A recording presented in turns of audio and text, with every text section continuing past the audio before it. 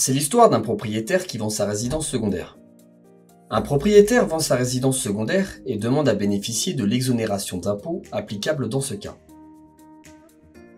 L'administration fiscale refuse et lui rappelle que cette exonération n'est possible que lorsque deux conditions sont réunies.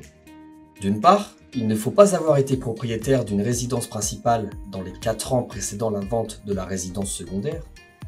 Et, d'autre part, le gain réalisé lors de cette vente doit être utilisé dans les 24 mois qui suivent pour acheter une résidence principale.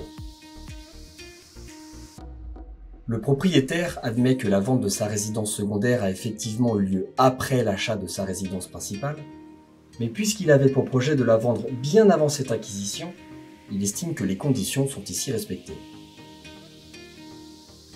Cet argument est balayé par l'administration fiscale qui lui répond qu'un projet de vente n'est pas une vente. Le juge confirme et maintient le redressement fiscal. Le bénéfice de l'exonération d'impôt suppose de vendre la résidence secondaire puis d'acheter la résidence principale dans les délais imposés. Et donc pas l'inverse.